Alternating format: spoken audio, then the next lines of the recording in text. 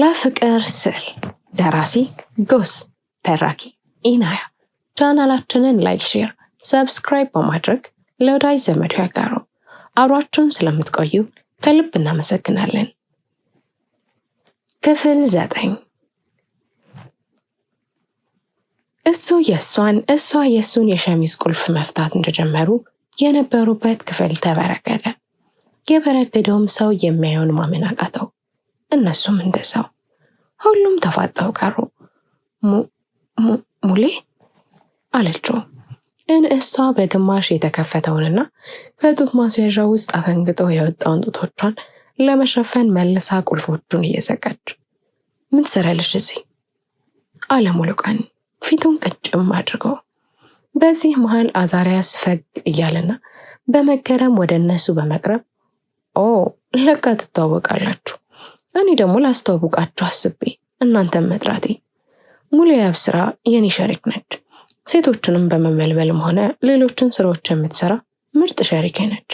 ከጥንት ጀምሮ ከኔ ጋር 50% ሼር ሆልደር ነች አለው። ሙሉቀን የሚለው ጠፋው።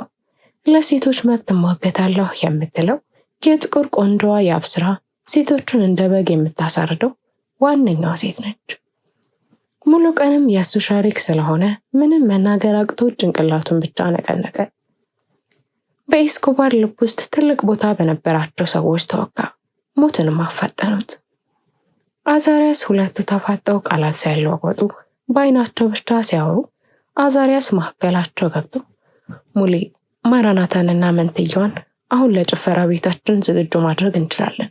ጸባያቸውስ አሁን ተሻሽሏል አለው በመደሰት ስሜት።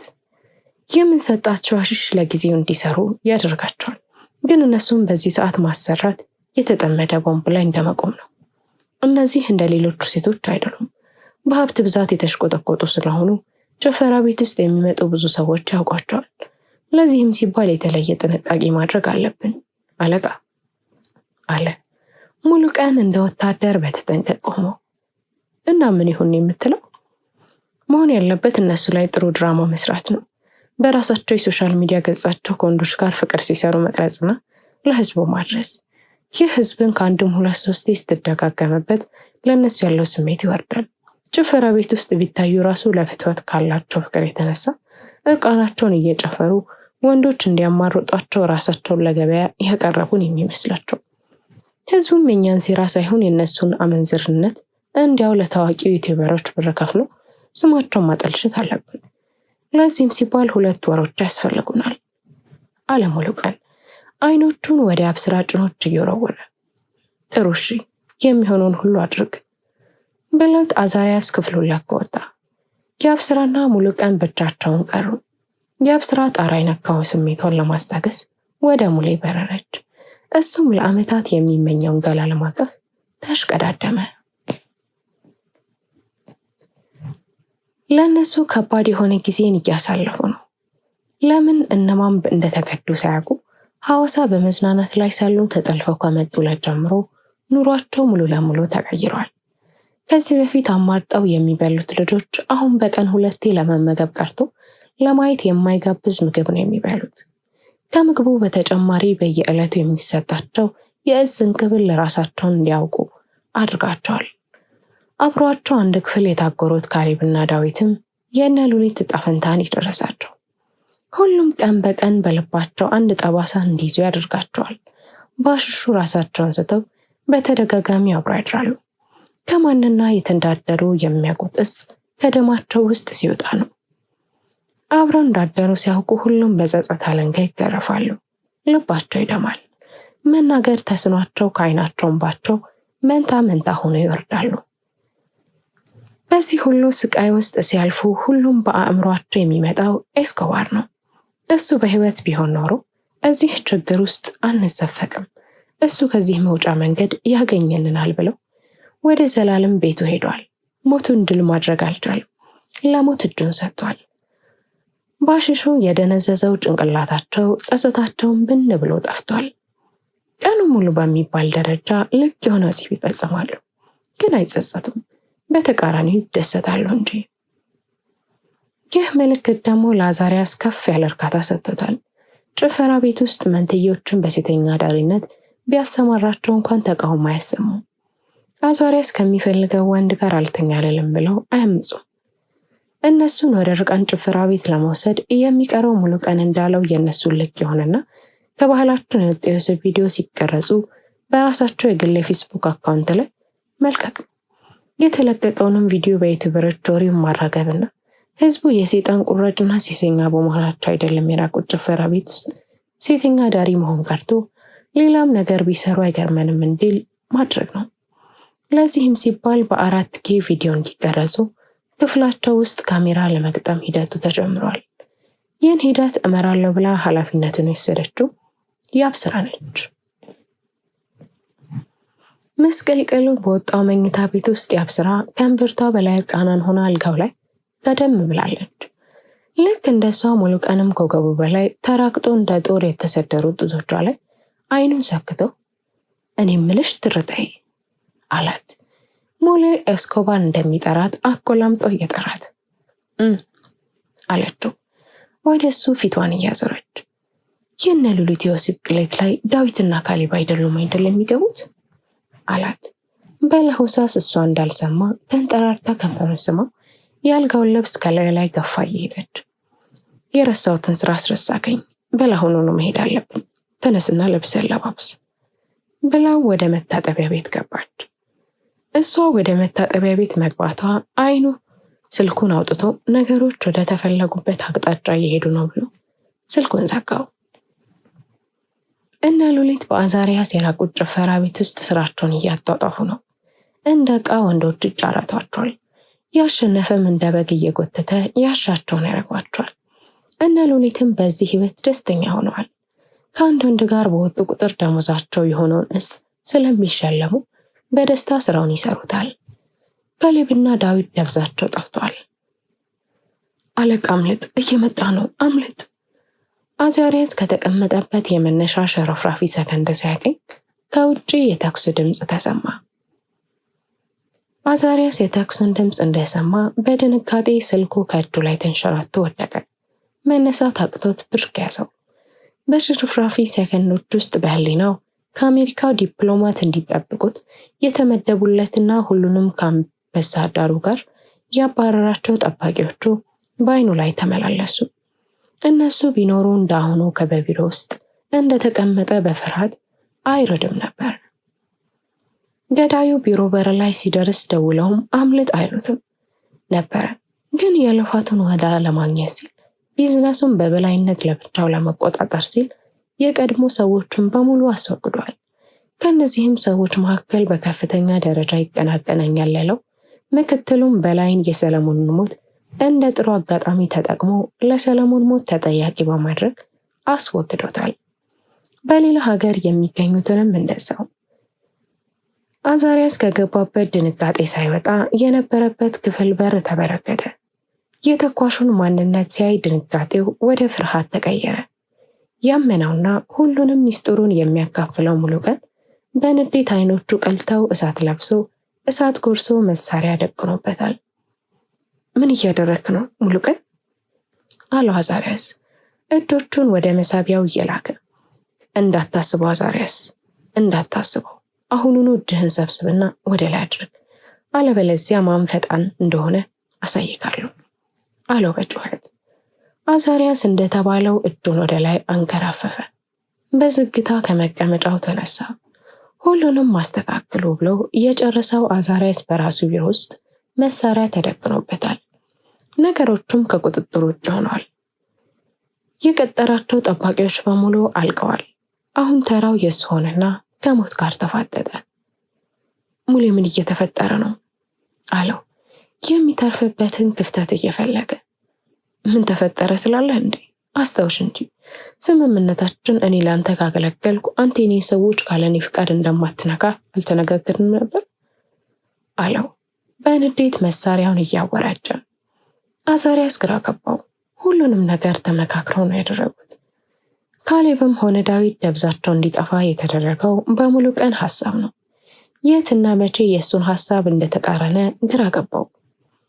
ምንድነው የምትለው? ዳዊትና ካሌብን ደብዛቸውን ማጥፋት ፈልጋለሁ። ከዚህ በኋላ የነሱ እጽ መውሰድ አስፈላጊ አይደለም ብለህ መቀሌ ድረስ ልከን ካለባቸው ሱስ እንዲያገግሙ ማገገሚያ ሆቴል ያስገባሃቸው አንተው አይደለም? በዚህ ጊዜ አዛሪያስ በመወራጨትና በንዴት ነበር የሚመልሰው። እነሱን አይደለም የምለው። ለምን እንዳልገባ ትሆናለህ። የማውራው ስለ ኤስኮባር ነው፣ ስለ ምርጥ ጓደኛ ወንደሰን አለው። ከዓይኑ እንባው መንታ መንታ ሆነው እየወረዱ። ኦ ስለ ታላቁ ኤስኮባር ነው የምታወራው?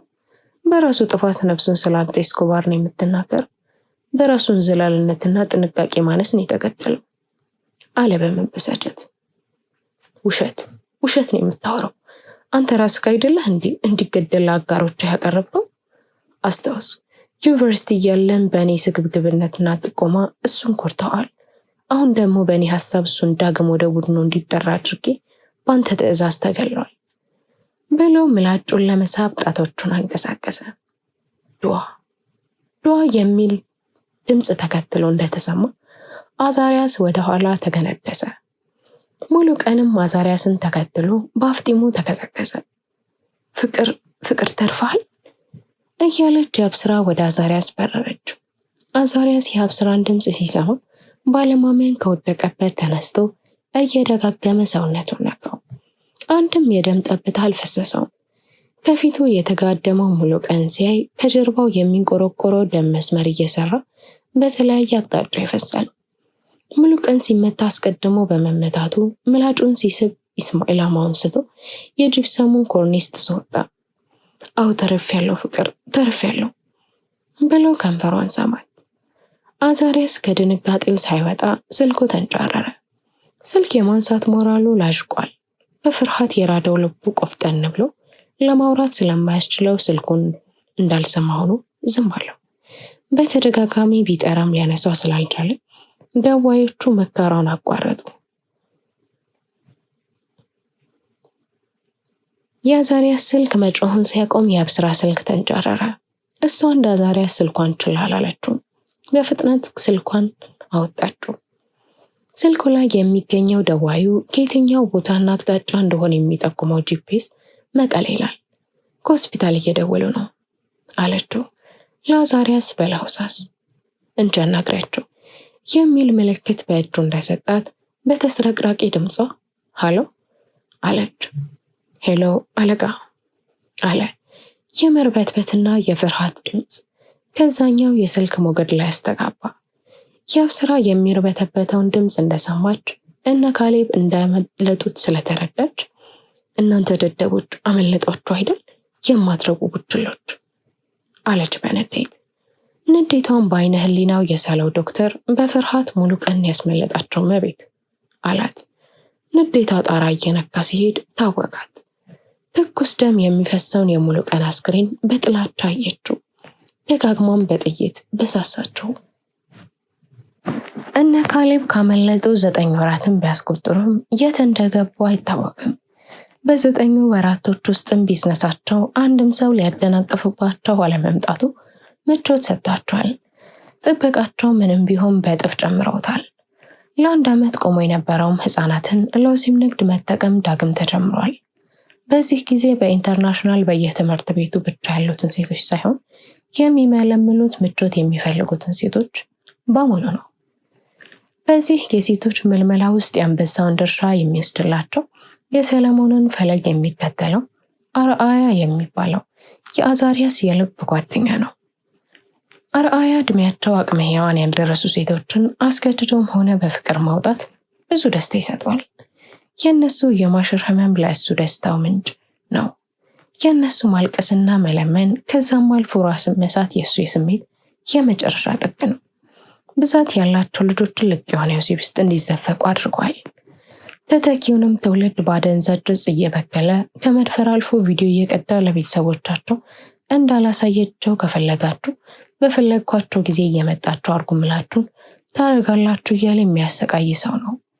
አሁን ይህ ስራው በደሞዝ ተለውጦለታል። እንዴት ገና ሮጥ ያልጠገቡ እንስቶችን ማጥመድ ያውቅበታል። በዚህም የተነሳ ደንበኛ ካለ በቀን ውስጥ እስከ 100 ልጆችን ያመጣል። ግን እንደ ሰለሞን ደናግላንን አሳልፎ ለማንም አይሰጥም። የማንም ነጫጭባ የእኛን ሀገር ደናግል ሴቶች መንካት የለባቸውም ብሎ ስለሚያስብ ቀን ጥሏቸው እጁ ላይ ወድቀው ለመደሰቻነት ይጠቀምባቸዋል። ወንዶችም ቢሆን የሚያጠምዱት እንደ አርአያ ያለች ኤልሳ የምትባል ኮረዳ ከየትምህርት ቤቶች በር ላይ አጠፋም። ኤልሳ እንደ አርአያ ገና ሮጣ ያልጠገቡ ልጆች ጋር አብራ መተኛት የማትፈልግ ቢሆንም አሁን ግን በስራው ምክንያት በቀን ከብዙ ተማሪዎች ጋር ተኛለች። አሁን ከአስኮዮቿ ይልቅ እነዚህ ህፃናት እየበለጡባት እየመጡ ነው። አንድ ወንድ አብራው ሳትተኛ ሳልፋ ለሴት አምባሳደር አሊያም ደግሞ ለሴት ባለሀብቶች የምትሰጥ ከሆነ ሳምንት ሙሉ እንቅልፍ ይነሳታል። ይህ ስራም በየዩኒቨርሲቲዎች ተስፋፍቷል። ዋነኛ ኢላማቸው ደግሞ ብዛት ያላቸው ቱሪስቶች የሚፈሱባት ባህር ዳር፣ መቀሌ፣ ሐዋሳና አዲስ አበባ ሲሆን ለሸገር ቅርብ በመሆኗና ብዙ አይነት አማራጮችን የምትሰጠው አዳማ ላይ ነው። ትኩረታቸው እነዚህ ከተሞች የሚገኙ ዩኒቨርሲቲዎች ውስጥ ከ10 የማያንሱ ሴቶችና ወንዶችን በአንድ ካምፓስ ውስጥ አሉ። በእርግጥ ይህ ስራ በተወሰኑ ተማሪዎች ጋጠወጥ ባህሪነት በዩኒቨርሲቲ ደረጃ የተለመደ ቢሆንም እንዳሁኑ አልተስፋፋም። አብራቸው እንድተኛ የሚፈልጓትን ተማሪ ማርክ ቀንስብሻለሁ፣ ኤፍን የሚሰጥሽ የሚለው ወሬያቸው ተቀይሯል።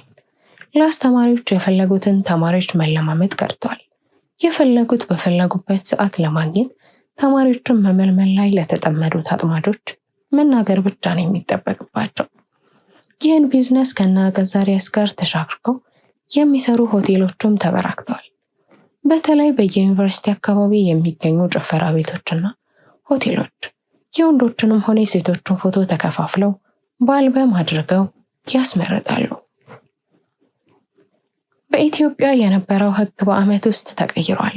ማሳጅ ቤቶች የመዳሪያ ቦታ ሆነዋል። ጭፈራ ቤቶች ከመጨፈር ወጥተው የራቁት ጭፈራ ቤት ሆነዋል። ባህላዊ ምግብ ቤቶች ውስጥ የሚዜሙት ስሜት ቀስቃሽ የሆኑ ዜሞች ነው። ባህላዊ ጭፈራዎች ተበረዘው አብዛኛው ጭፈራ ወደ ቱርክ ማድረግ ተበረዟል።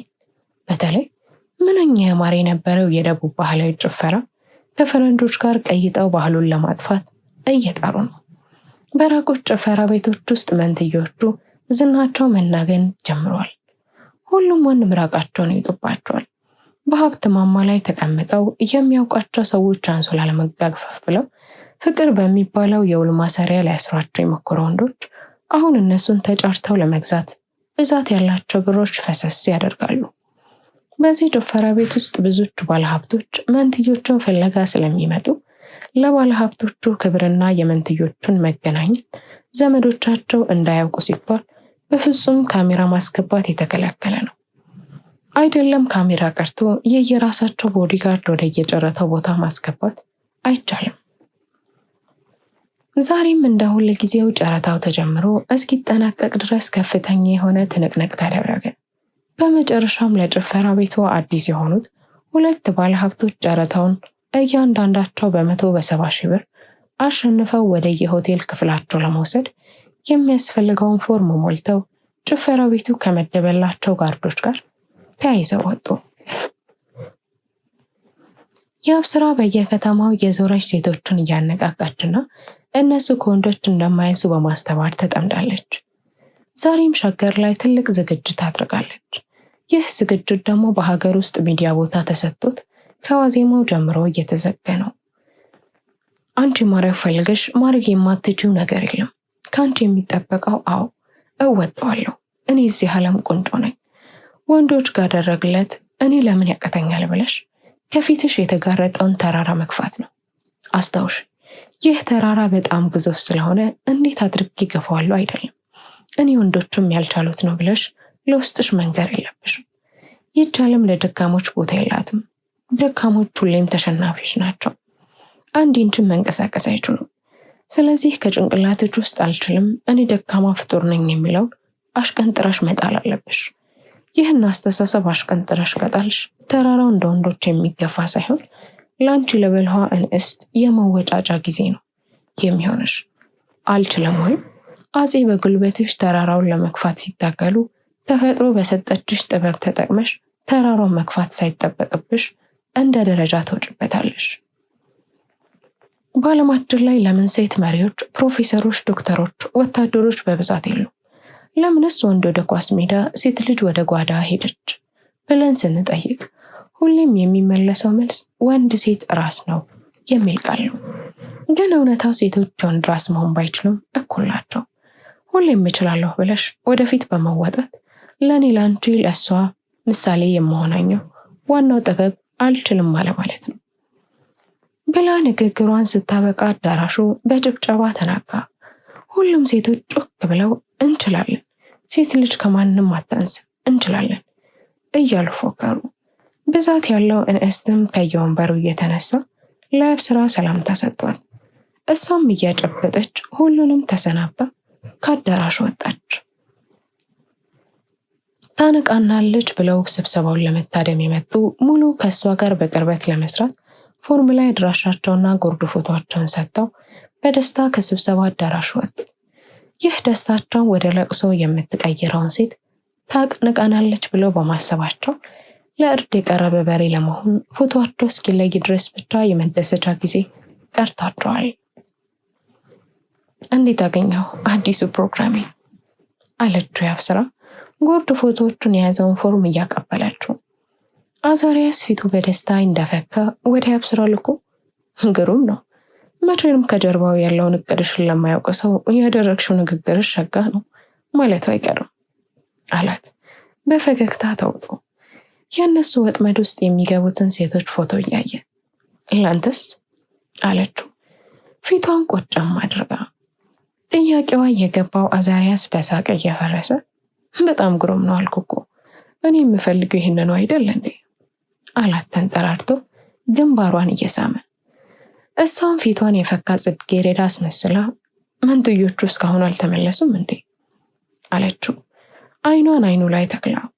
ኦ ለካ አልነገርኩሽም እንዴ ዛሬ እዚህ አይመጡም፣ አዲሶቹ ባለሀብቶች ለ4 ቀን ነው የወሰዷቸው። ስለዚህ በዚህ ሳምንት ተናግሮ ሳይጨርስ ስልኩ ተንጫረረ። የስልኩን ደዋ እያየ የጀመረውን ቃል ረገጥ አድርጎ ጨረሰላት። ጨረታ አይኖረንም ብሏት ስልኩን አነሳው። ሄሎ ኢንስፔክተር አማን ችግር አለ እንዴ በዚህ ሰዓት ደወልክ? ሄሎ አዛሪያስ ብሎ ጸጥ አለ። ይህ ጸጥታ ያላማራው አዛሪያስ ተናገር እንጂ አማን አለ። አማን ግን ለመናገር ከበደው። አደጋው ምንኛ ከፍተኛ መሆኑን መናገር ፈራ። በዚህ አደጋ የሞተም እንዳለ ለመናገር ከበደው። ግን ደግሞ መናገር አለበት። አዛሪያስ ዛሬ ትልቅ የሆነ የመኪና አደጋ ተፈጥሯል፣ በዚህም ደግሞ ያንተ ሰዎች ሞተዋል አለው በረጅሙ እየተነፈሰ። አዛሪያስ እየተሸበረ ከወንበሩ ላይ ተነስቶ ማን ሞተው? መንትዮቹ አይደለም ብቻ በለኝ አለው በጩኸት። በእርግጥ መኪና ውስጥ የሉም፣ ግን ደግሞ ሆቴላቸው ውስጥ የሉም። አዝናለሁ አለቃ፣ አደጋው የከፋ ነው። ይህም የመኪና አደጋ የደረሰው እነሱን ይዘው ሲሰወሩ የነበሩትን ሰዎች ሲያባሩ ነው። ባረፉበት ሆቴል ውስጥም 4 ጋርዶች ተገለዋል አለው በሻከረ ድምፅ። ይህን ጊዜ አዛሪያስ እንደ እብድ አደረገው። የቢዝነሱ ምንጮች መንትዮቹ በሰዎች ተጠልፈዋል፣ ለዛውም የሱ ግዛት ውስጥ። ይህን ደፍረው የሚያደርጉ ሰዎች በህሊናው ተመላለሱ። ህሊናው ዞሮ ዞሮ የሚቀረቅረው አንድ ሰው ላይ ነው።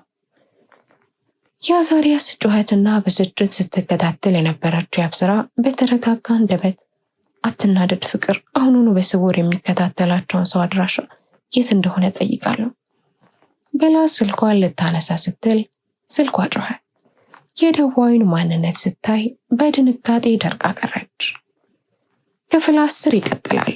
ላይክ፣ ሼር፣ ሰብስክራይብ በማድረግ ቤተሰብ ይሁኑ።